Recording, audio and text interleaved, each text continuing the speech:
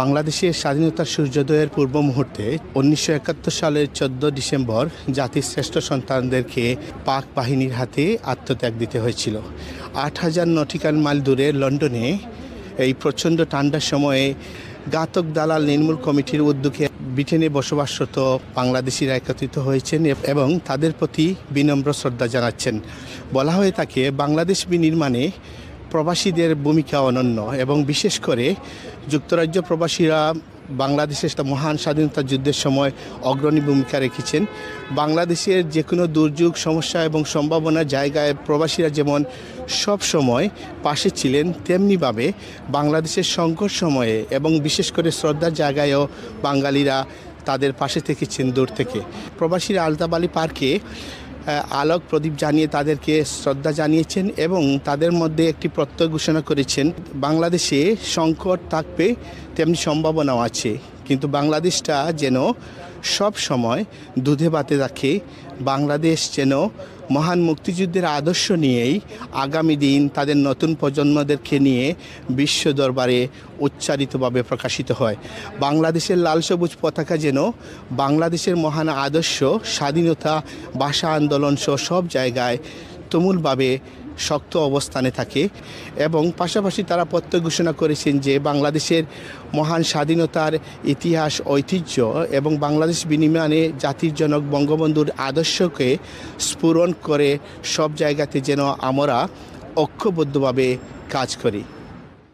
আজকে সবচেয়ে জরুরি হলো আমাদের আত্মসমালোচনা। আজকের এই পর্যায়ে আমরা কেন আসলাম, এই আত্মসমালোচনাটা আমরা করতে হবে। আরেকটা বিষয় আমি বলতে চাই, কতিপয় দুষ্ট লোক যদি রাজনীতিকে কলুষিত করতে চায়, এটা রাজনীতির দোষ না, ওই লোকগুলার দোষ। সুতরাং এই জায়গায় আমি বলতে চাই আমরা রাজনীতিকে শ্রদ্ধা করি। আজকে শহীদ বুদ্ধিজীবী দিবস, আমাদের শ্রেষ্ঠ সন্তানরা জীবন দিয়ে আমাদেরকে এই দেশটা দিয়ে গেছে। দু একজন মানুষ যারাই আছেন, একটা গ্রুপ যারা রাজনীতিকে বিদায় করতে চান, তাদের দ্বারায় দেশটাকে নিয়ে যেতে চান, আপনাদের বাবা উচিত, আপনারা জাতির শ্রেষ্ঠ সন্তানদেরকে ওই দিন হত্যা করেছিলেন, এরপরে কিন্তু জাতিকে আটকাতে পারেন নাই। সুতরাং আজকেও কিছু হত্যাযোগ্য দেশে অরাজকতা সৃষ্টি করে যদি মনে করেন আবার ওই ব্যাক টু নর্মাল আগের অবস্থায় ফিরে যাবে, এটাও সম্ভব না।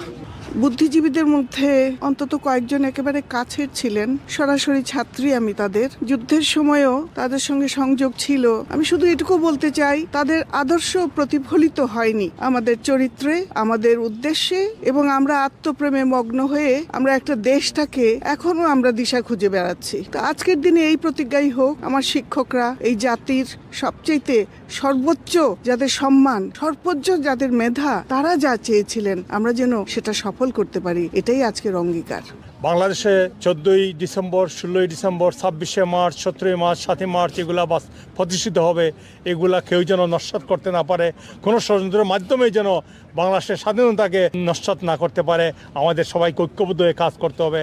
আপনাদের আজকের এই আয়োজন করার জন্য ধন্যবাদ। যদিও আমরা 53 বছর পরে করছি আজকের এই অনুষ্ঠান, কিন্তু আজও ঢাকা বিশ্ববিদ্যালয়ের শিক্ষক সমিতির কার্যালয় তছনছ করা হয়েছে। যখন তারা প্রস্তুতি নিচ্ছিলেন বুদ্ধিজীবী দিবসের অনুষ্ঠান করার জন্য, তাদের তছনছ করা হয়েছে। সমান জিনিস চলছে। আমরা মনে করি যে আমরা যারা বিলেতে বসবাস করি, বিলেতে আমরা যারা আছি, আমরা ঐক্যবদ্ধ হয়ে যেন আমাদের স্বাধীনতা, আমাদের পতাকা, আমাদের জয় বাংলা আমরা রক্ষা করতে পারি, সেজন্য যেন সবাই আমরা ঐক্যবদ্ধ থাকি। সবচেয়ে দুঃখের সঙ্গে জানাচ্ছি যে 71-এ যারা আমাদের তালিকা তৈরি করে বেছে বেছে হত্যা করেছিল, এবারেও এইভাবে নব্য রাজাকাররা ঢাকায় দেখেছি বিভিন্ন মিডিয়াতে যে তালিকা তৈরি করেছে, যে সূর্য সন্তানরা যারা জীবিত আছেন তাদের তালিকা তৈরি করা হচ্ছে। আমরা সচেতন হতে হবে। আমি জানি এখানেও লন্ডনেও আমাদের তালিকা তৈরি করা হয়েছে। আমরা যারা বর্তমান স্বৈরাচার, বর্তমান ফ্যাসিস্টের বিরুদ্ধে সোচ্চার রয়েছি, তাদের তালিকা এখানেও তৈরি করা হচ্ছে। আমরা সবাই সচেতন থাকতে হবে এবং তাদেরকে রুখে দাঁড়ানোর জন্য আজও আমরা শপথ নিতে হবে। এই শপথ যেন আমাদের শ্রেষ্ঠ সন্তানদের রক্তের মাধ্যমে আমরা বহন করি। আমি শুধু একটা কথাই আজকে বলার জন্য এসেছি, সবার সঙ্গে দেখা করতে এসেছি, দেখতে এসেছি যে আমাদের 71-এর চেতনা যারা ধারণ করি আমরা এখানে, তারা এক আছেন কিনা।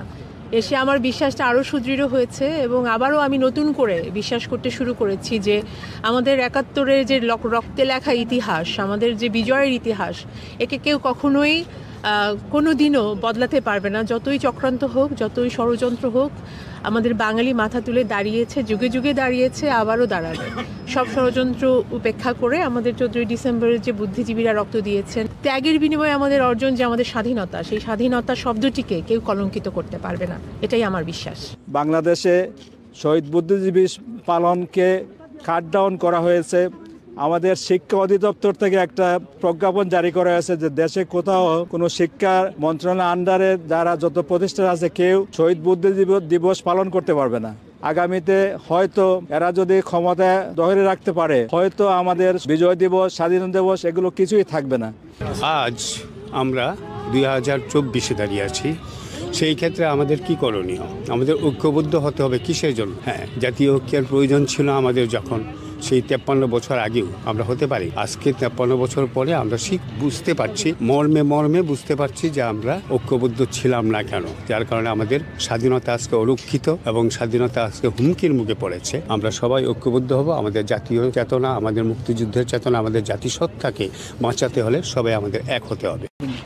আমার মনে হয় আজকের দিনে বক্তব্যের চাইতে সৈয়দ শামসুল হকের এই পংক্তিগুলো খুব উপযোগী। পরিচয়, আমি বাঙালি, আমার আছে ইতিহাস গর্বের, কখনোই ভয় করি না কো আমি উদ্যত কোনো খড়গের। শত্রুর সাথে লড়াই করেছি, স্বপ্নের সাথে বাস, অস্ত্রেও শান দিয়েছি, যেমন শস্য করেছি চাষ।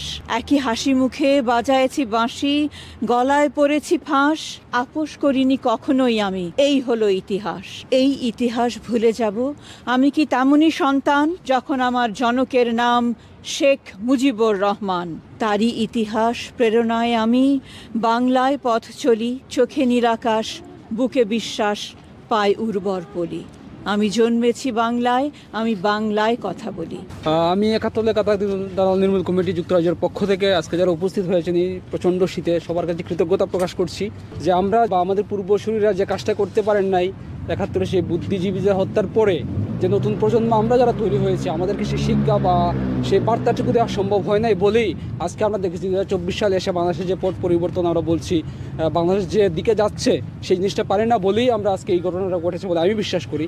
তো এখন যারা আছেন বা এখনও সময় আছে আমাদেরকে ঘুরে দাঁড়াতে হবে, নতুন প্রজন্মকে 71 সেই চেতনাটুকু পৌঁছে দিতে হবে, সেই কাজটুকু আমাদেরকে করতে হবে। আপনারা যারা আজকে এসেছেন আমাদের এই আয়োজনে বুদ্ধিজীবী দিবসের, আপনাদের অনেক অনেক ধন্যবাদ।